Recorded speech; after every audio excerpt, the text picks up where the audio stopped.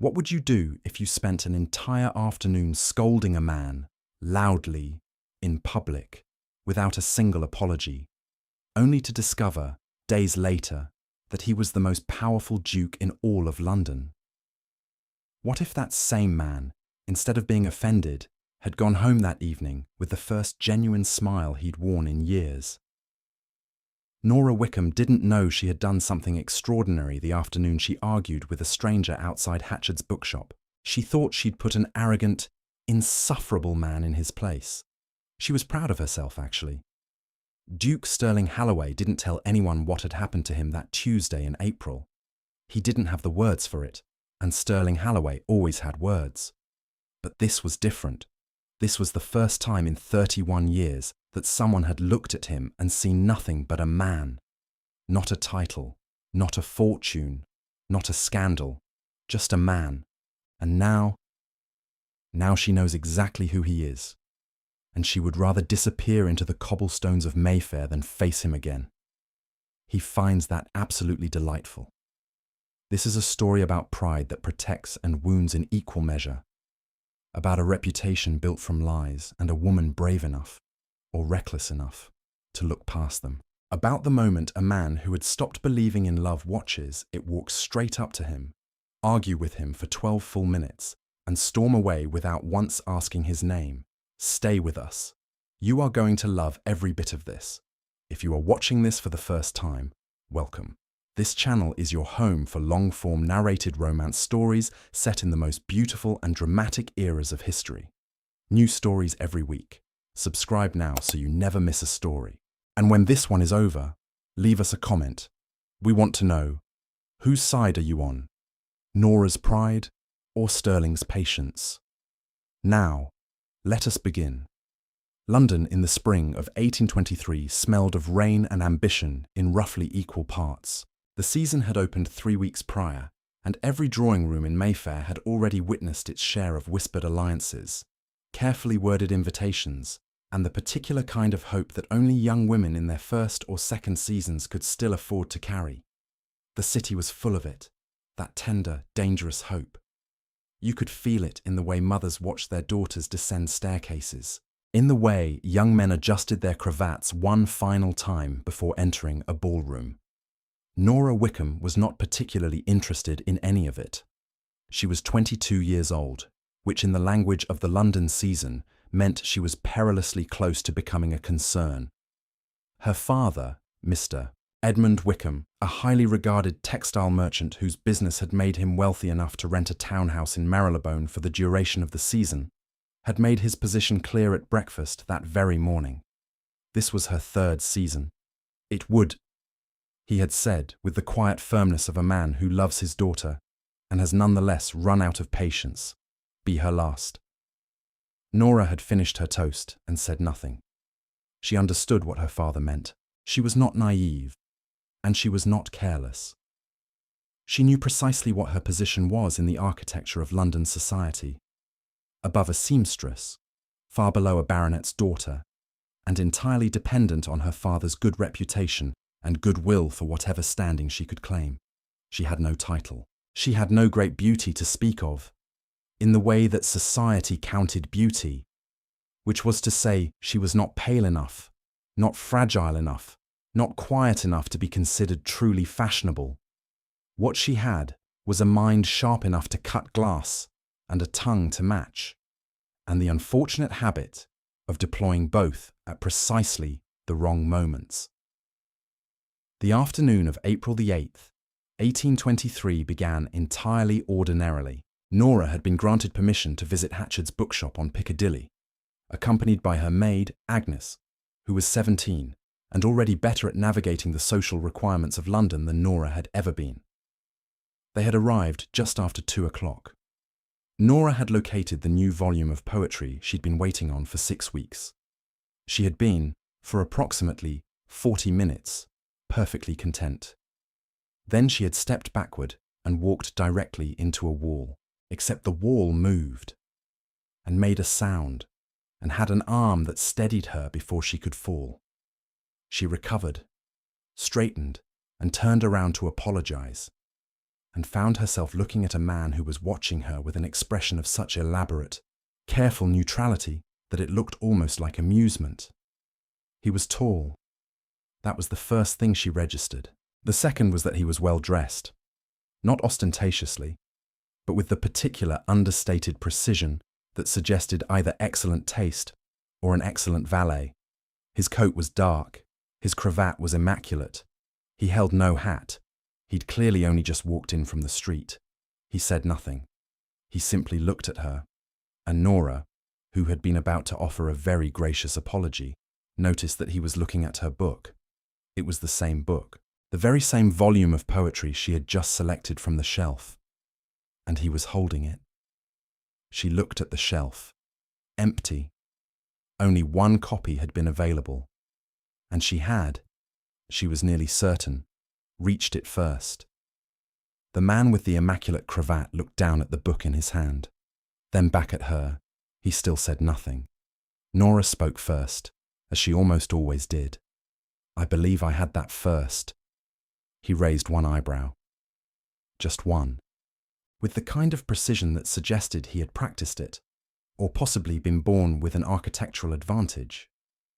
"Did you—" It was not a question. It was barely a statement. It was the verbal equivalent of a shrug, and it ignited something in Nora's chest that she could only describe as righteous indignation.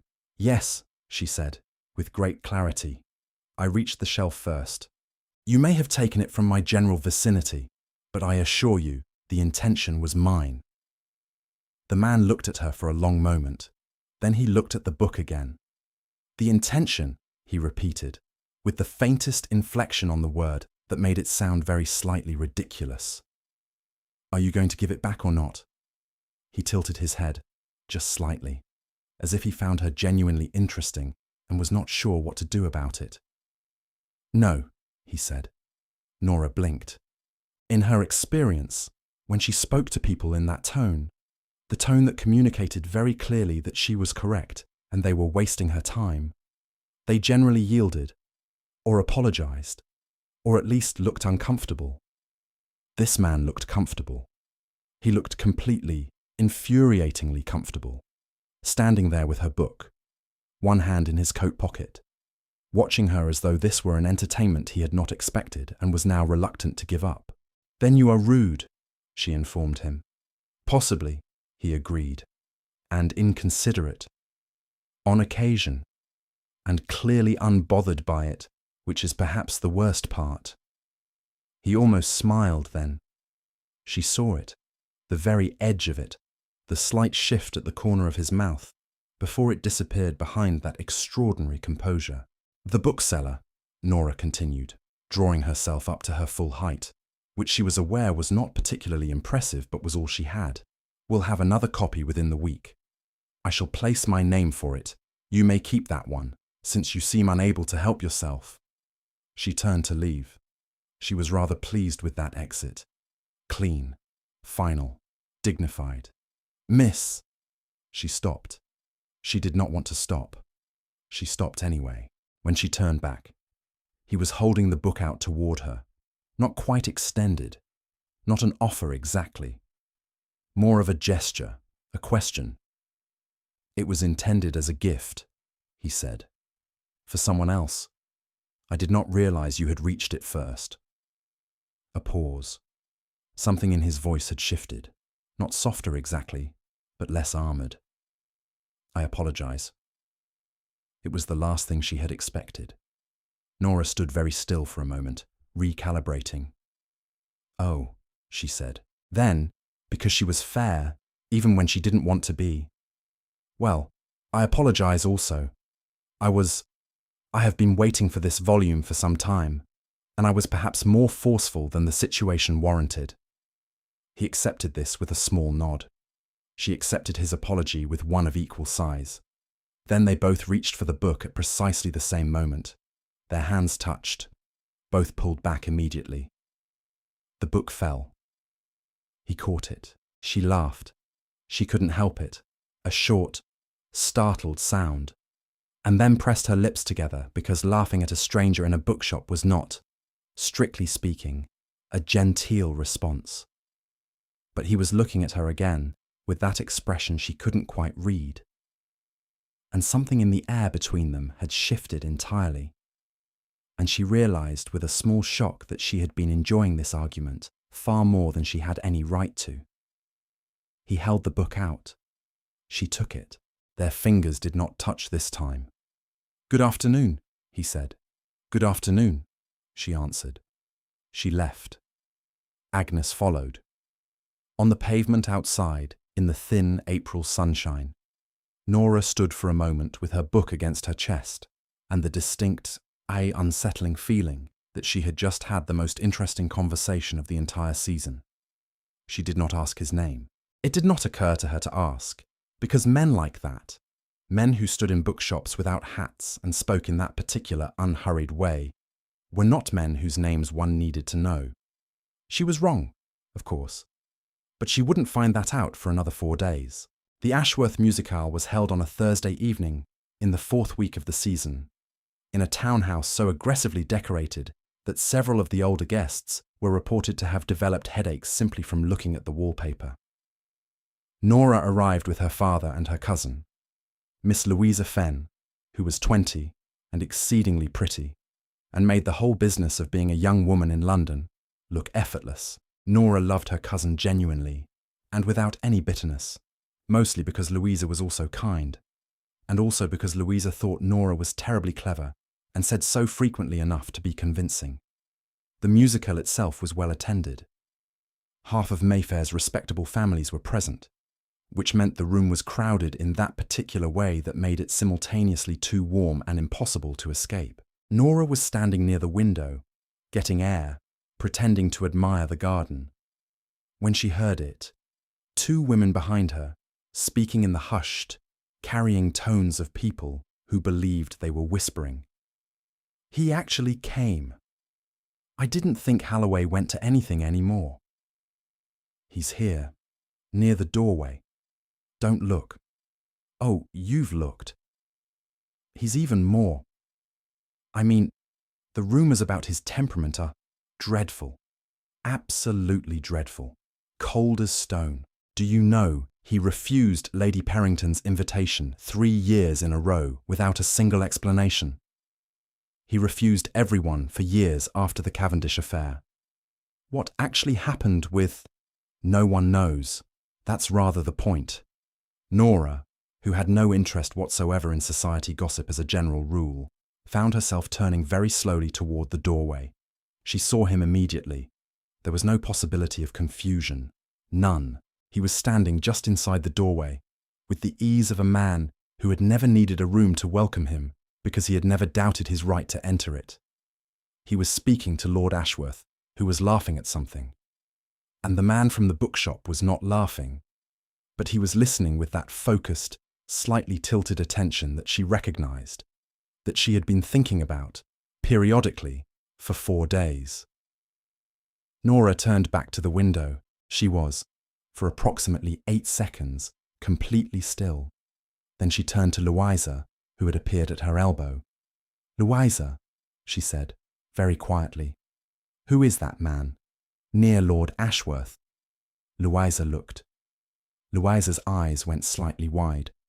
"That," Louisa said, with the reverence of someone naming a natural disaster, "is Duke Sterling Halloway, the Duke of Morrow.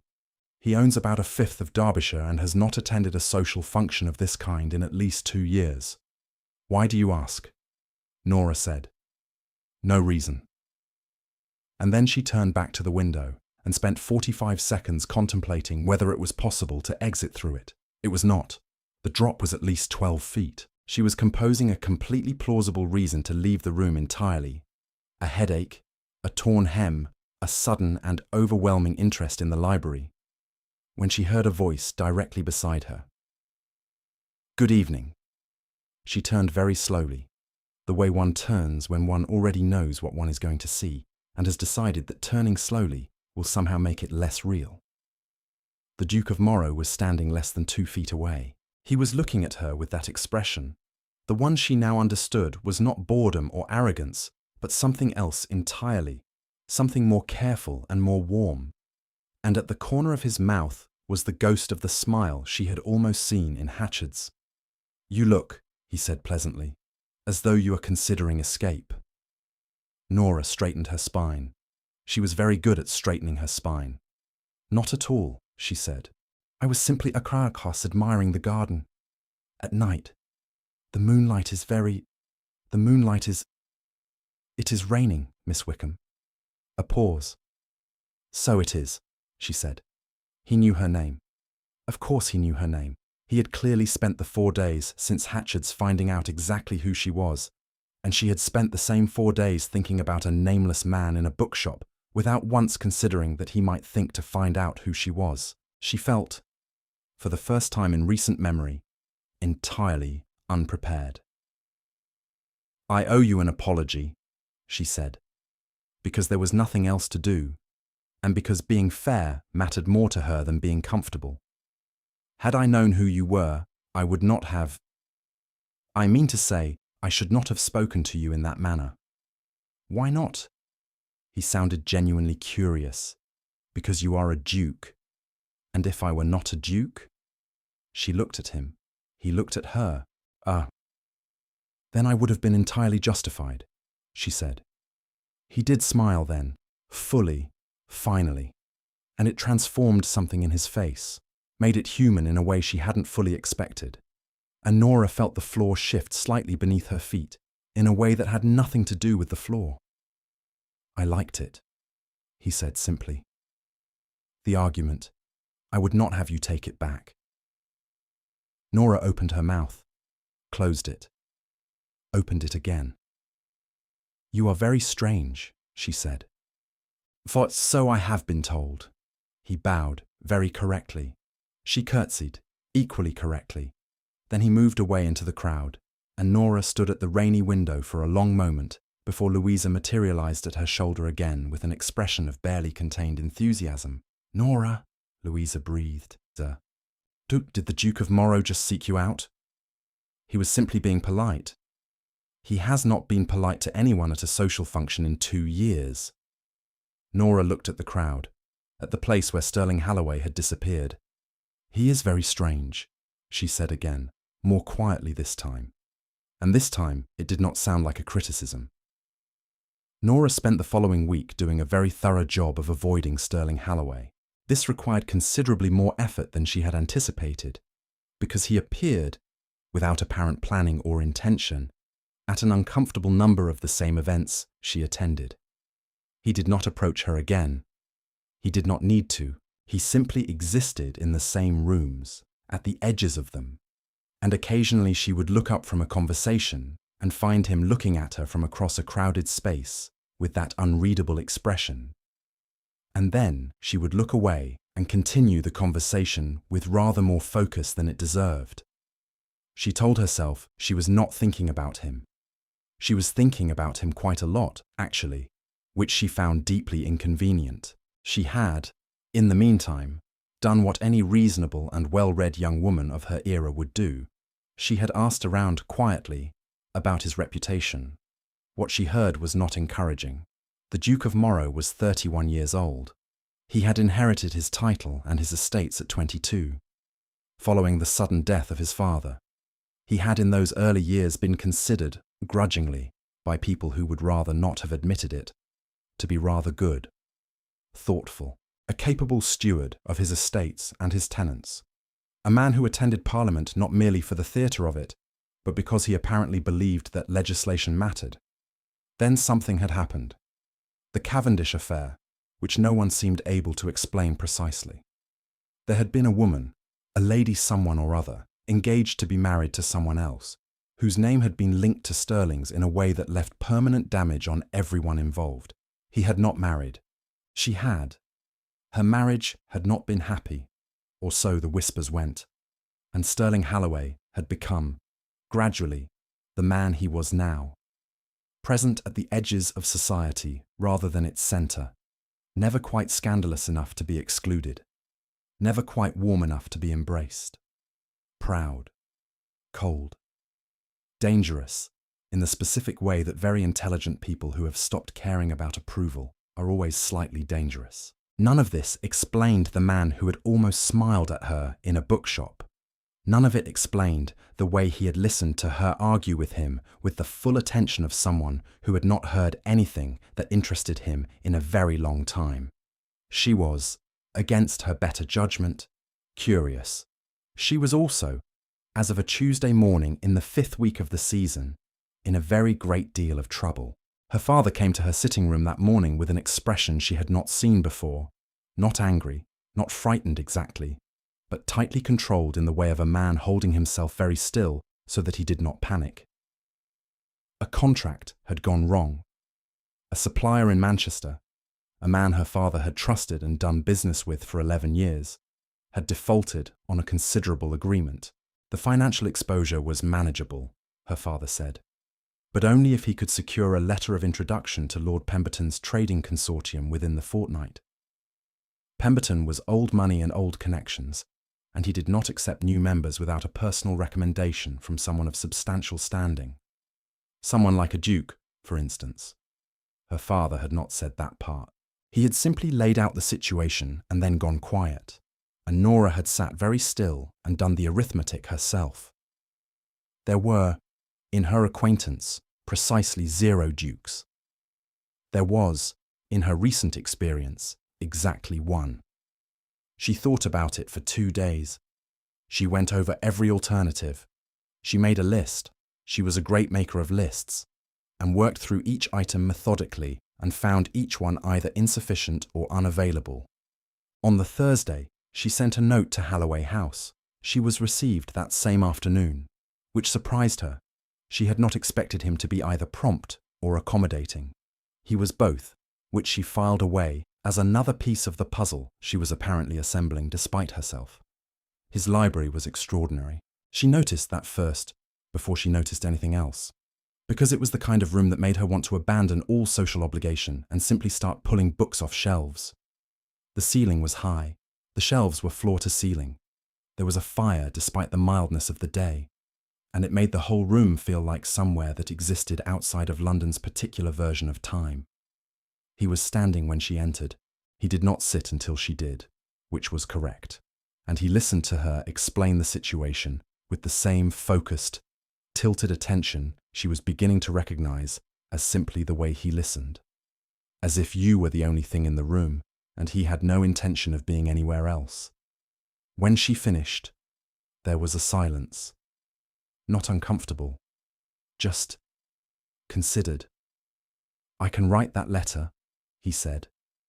She waited. There was, she was certain, a but. "Maurice, I will write it on one condition." There it was. "Name it," she said, because she had come this far and backing down now was not something she was built for. He looked at her steadily. The condition, when it came, was not what she had expected. He wanted no money, no favours returned, no public declaration of gratitude. He wanted 3 weeks, the remaining engagements of the season, the balls, the Almack evening, the Cavendish garden party, her company, her real company, not the performance of it. She would appear beside him. She would speak to him as she actually wished to speak to him, not as though he were someone to be managed. A pause, and you will stop looking for exits every time I enter a room. Nora looked at him for a long moment. She was looking for the angle, the calculation, the social advantage he was extracting from this arrangement. She couldn't find it. A duke requiring a merchant's daughter as a social companion made no sense in any of the usual ways. "Why?" she asked simply. Something passed across his face. Briefly, something honest. "Because in 10 years of attending these functions, no one has argued with me over a book, and I find I would rather spend 3 weeks in interesting company than in the ordinary kind." It was, she thought, probably the most honest thing anyone had said to her in the entire season, possibly longer. She said yes. The 3 weeks that followed were, by any external measure, a performance. They appeared together. They spoke. They danced once, at the Viscount Harley's ball, because the situation required it, and they were both too proud to look as though it cost them anything. He was, she discovered, a surprisingly good dancer, precise and unhurried, which was she was beginning to understand, simply the way he did most things. Internally, for Nora, it was something else entirely. He was funny, not in the bright, social way of men who needed to be liked, but in the dry, quiet way of someone who had observed the world for a long time and had very particular opinions about it. He made remarks, low enough that only she could hear, that made her press her lips together to keep from laughing in rooms where laughing would have been inappropriate. He asked her questions, real ones, not the ornamental questions that filled seasoned conversations, and listened to the answers with the genuine interest of someone who actually wanted to know. He was solitary, but not lonely. She could see the difference. He had chosen his solitude, worn it like armor, and it had served him well enough that he had stopped noticing it was armor at all. She noticed. She was good at noticing. She also noticed, and this she kept very carefully to herself, that she was beginning to look forward to these appearances, that she had started dressing with a slightly different care on the evenings she would see him, that the evenings she did not were somehow flatter, quieter, less interesting. This was, she told herself firmly, because he was good conversation. Nothing more. She was not particularly convinced by this argument even as she made it. It was Lady Cavendish who did it.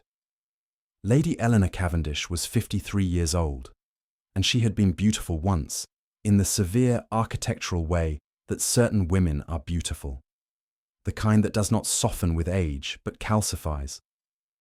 She moved through London society with the authority of someone who had spent 30 years accumulating information and was entirely willing to use it. She had her own history with Sterling Halloway. The specifics had blurred over the years, worn smooth by repetition and selective memory. What remained was this. Her niece, the woman connected to the so-called Cavendish affair, had made an unhappy marriage. And Lady Cavendish had decided, some years ago, that Sterling Halloway was responsible. Whether this was fair was not something Lady Cavendish concerned herself with. She found Nora at the Almack's evening, in the third week of the arrangement, and she was very kind. That was the first sign Nora should have heeded. Women like Lady Cavendish were not kind without reason. She sat beside Nora during an interval and spoke quietly, with the air of someone doing a reluctant good deed. The story she told was detailed. It concerned Sterling's relationship with her niece, a young woman engaged to another man whom Sterling had, according to Lady Cavendish, pursued deliberately and callously, knowing she was spoken for, not caring for the damage it would cause. When the affair became known, he had done nothing to protect her reputation. He had simply withdrawn, left her to face the consequences, married her off in haste to a man none of them had properly vetted. He is, Lady Cavendish concluded, with the precision of a woman who has rehearsed her delivery, a man who takes what he wants from people and then retreats behind that title when the cost becomes inconvenient. I would not wish to see a young woman of good sense and limited protection learn that lesson at personal expense. She pressed Nora's hand. She moved away. Nora sat very still for a considerable time. The thing was, and this was what made it so effective, it was coherent. It was internally consistent with everything she knew. The coldness, the solitude, the armor, the reputation he had never once troubled himself to correct. She had thought, these past weeks, that she was seeing past it, that she had found the man beneath the title. What if she had simply been flattered by the attention of someone powerful? What if she was not the exception to who he was, but simply the next one? She looked across the room and found him, as she always did, without meaning to. And he was looking at her, and she looked away. She looked away. Over the following days, she withdrew. She did not end the arrangement formally. She had her father's letter to think of. But she was cooler, more correct. She stood beside him and said the right things and felt him, at her side, go very still in a way that was different from his usual stillness. This was the stillness of someone registering something and choosing not to address it. He did not ask. She had not expected him to. He was far too proud for that. But she saw it, the moment it reached him, in the particular quality of the silence he kept around her. She hated it. She hated that she hated it. On a Wednesday afternoon, she was walking in Hyde Park with Louisa when she saw him ahead on the path, alone, which was not unusual. He walked here sometimes. She'd learned that. He walked here when things required thinking. He saw her. He slowed. For a moment, just a moment, she thought she saw something in his face that was not composed at all. Something that looked, unexpectedly, like a man who was trying very hard not to show that something had hurt him. Then it was gone. He greeted them both correctly, briefly, and walked on. That evening, alone in her room, Nora pulled out the list she always made when she needed to think clearly. On one side, what Lady Cavendish had told her, specific, coherent, concerning. On the other, what she had seen with her own eyes, 3 weeks of a man who had been nothing but honest with her, who had asked for her real company, not a performance, who had argued with her over a book and given it to her anyway, who made quiet remarks in crowded rooms that made her feel, impossibly, less alone in the world. She put the list down. She did not sleep well. By morning, she had decided she had perhaps been unfair. She would speak to him. She would ask him directly. He deserved that. She had seen enough of him to know that he deserved directness, at least. She dressed with purpose and went downstairs to find her father waiting in the hall with an expression she did not like at all. Mr. Reginald Farthing had called that morning. Nora stood in the hallway and let her father explain. Farthing was 48, a widower, respectable, connected. He had made inquiries about Nora through proper channels. He was prepared to make an offer. Her father had not refused. He had said he would speak to his daughter. Nora looked at her father's face. She saw the exhaustion there, and the love, and the very real financial worry that had been sitting behind his eyes for weeks. She said she would think about it. She went upstairs and sat on the edge of her bed and thought, so this is how it ends, not with anything dramatic, not, just with a man she did not know, and a father who needed her to be practical, and the particular kind of cold clarity that arrives when you realize the choices you have been avoiding have arrived at your door without asking.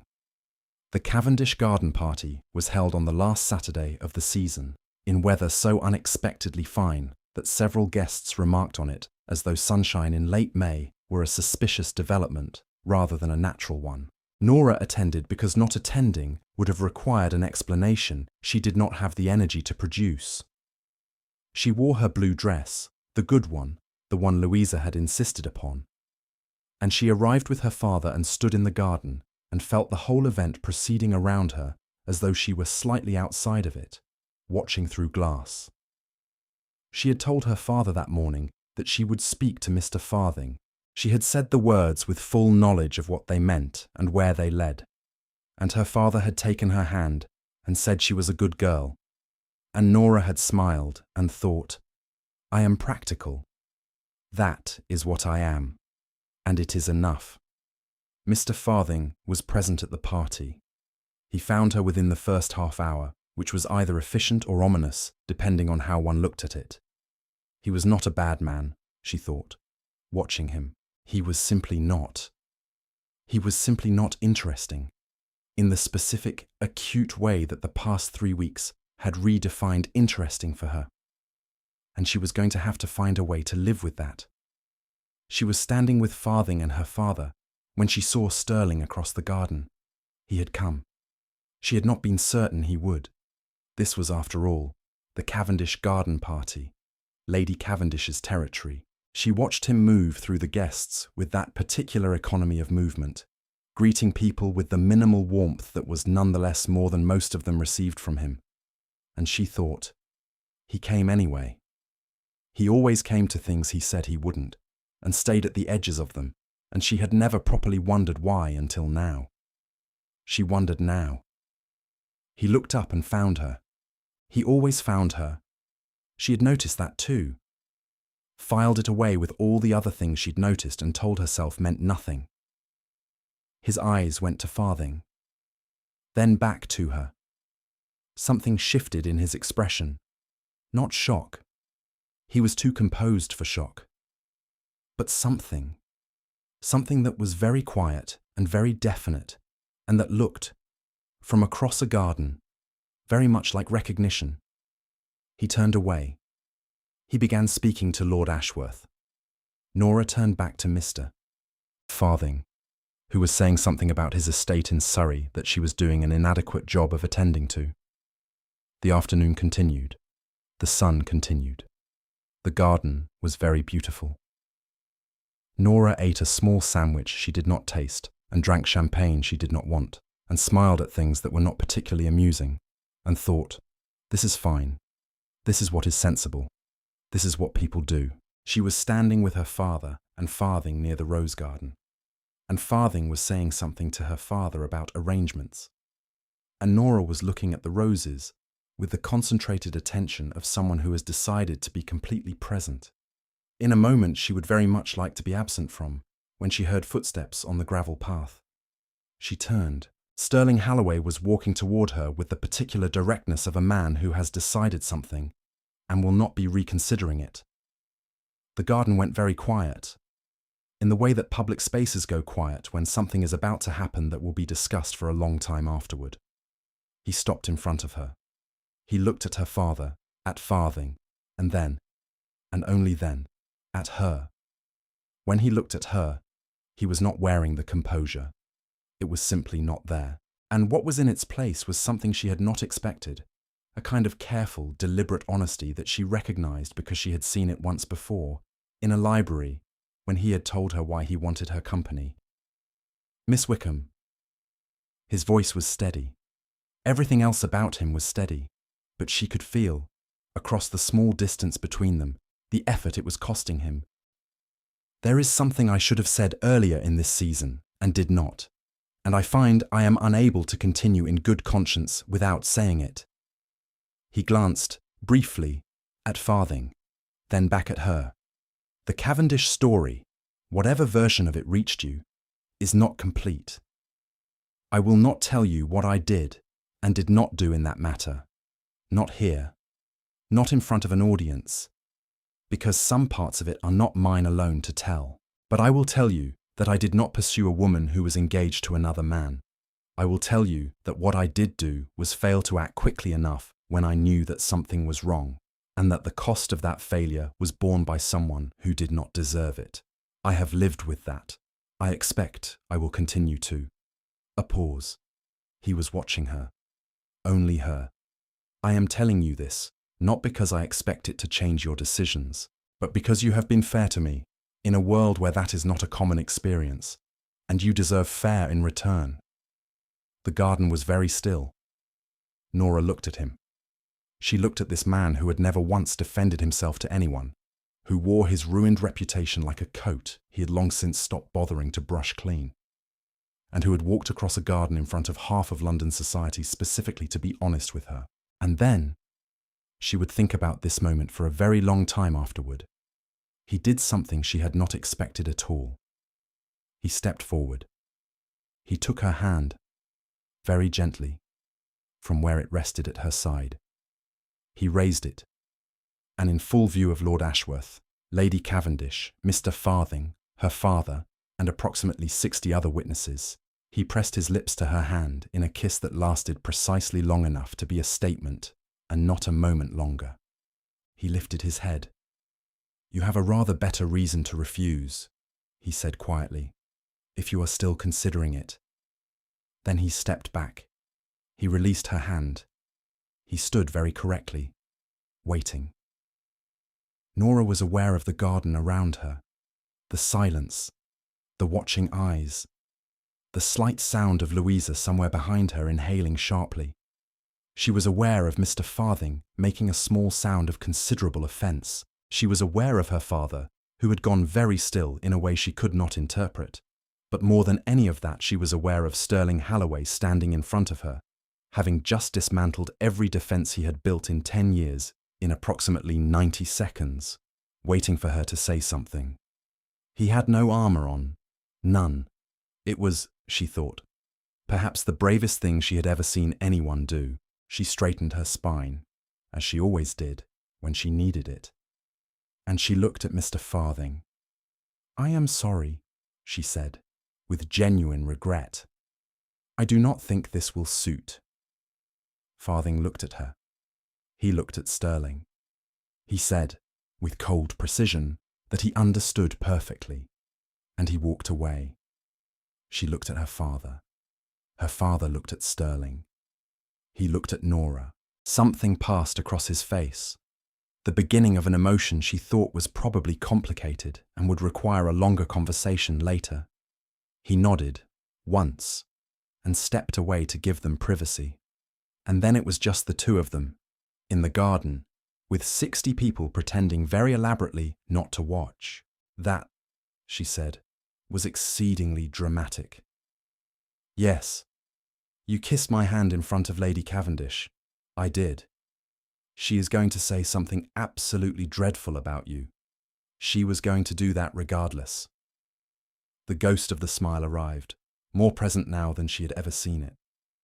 "I have long since stopped organizing my behavior around Lady Cavendish's opinions." Nora looked at him. She thought of all the things she had filed away, the tilted attention, the quiet remarks, the library and the firelight, the book that he had given her because it had been meant for someone else, and then held out to her as an apology. She thought of the Hyde Park path and his face. "I was unfair," she said. "When she told me, I pulled away without asking you. That was not right. You were cautious. That is not unfair." "No," she said firmly. "I was a coward, which is a different thing, and one I like considerably less."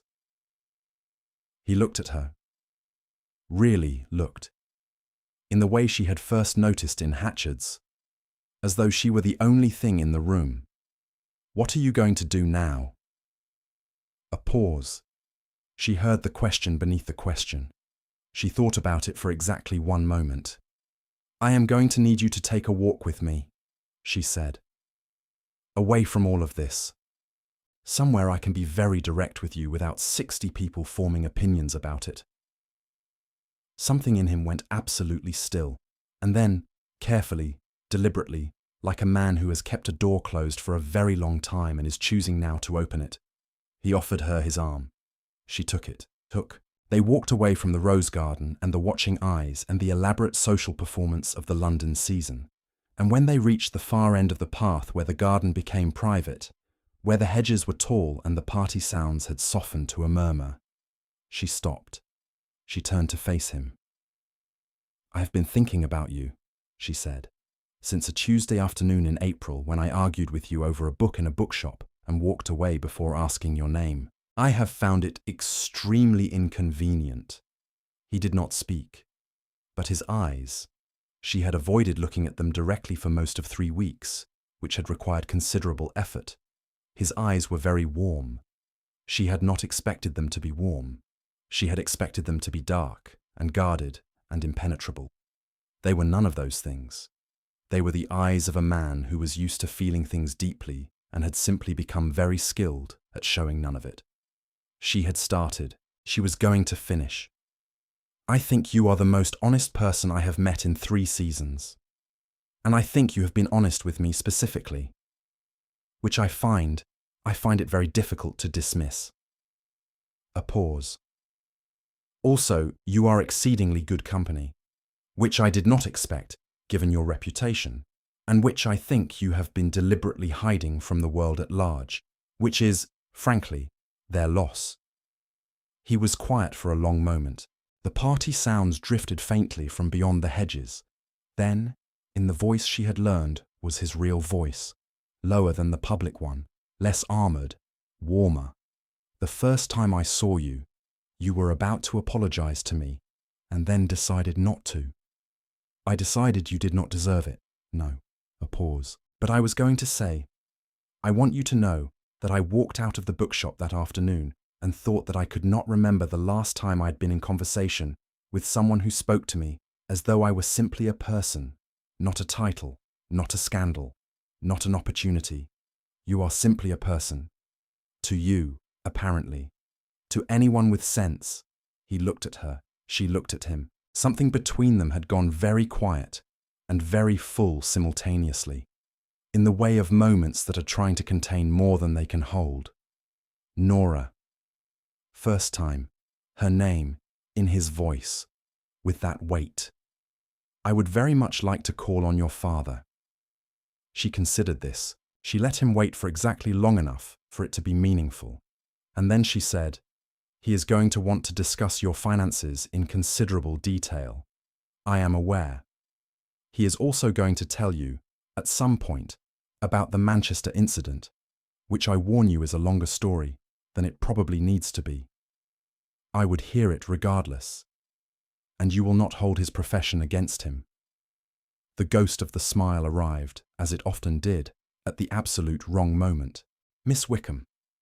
The man I am most indebted to in the world is a merchant in Edinburgh who once lent my father a horse when his went lame. I have considerably more complicated feelings about dukes than I do about commerce. Nora pressed her lips together very firmly. You are still extremely strange, she said. So you have mentioned. I am becoming somewhat fond of it. He offered his arm again. She took it. They walked back toward the garden, toward the murmur of the party and the watching eyes and all the machinery of London in the season of 1823. He was taller than she was. She had noticed that the first day. She noticed it again now. The particular quality of standing beside someone and feeling, not smaller, but accounted for. As though you were in a space that had exactly enough room for you. She thought. This is very strange, she thought. I am not remotely interested in being sensible about this.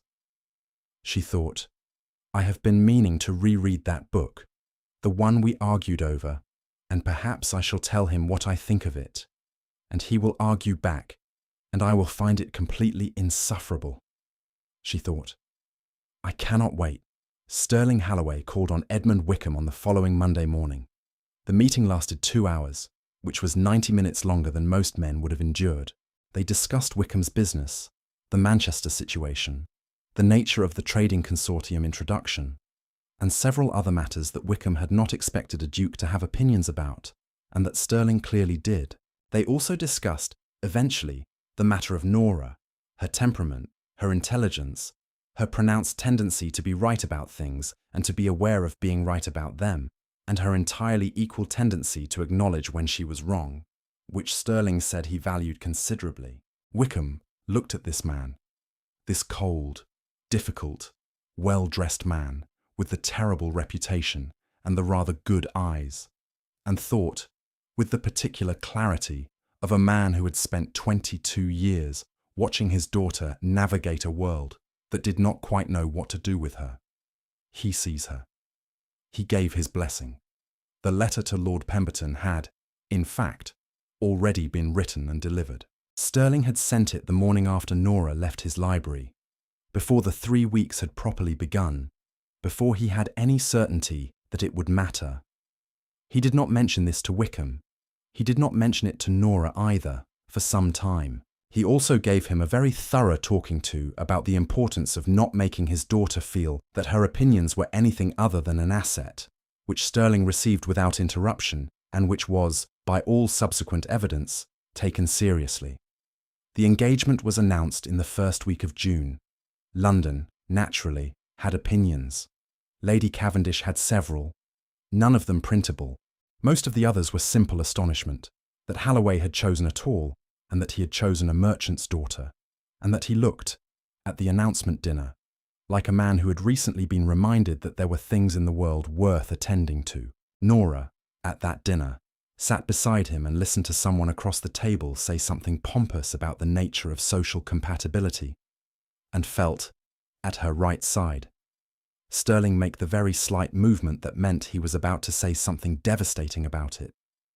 She pressed her foot, very gently, against his under the table. He stopped. She did not look at him. She kept her face perfectly composed and continued her conversation.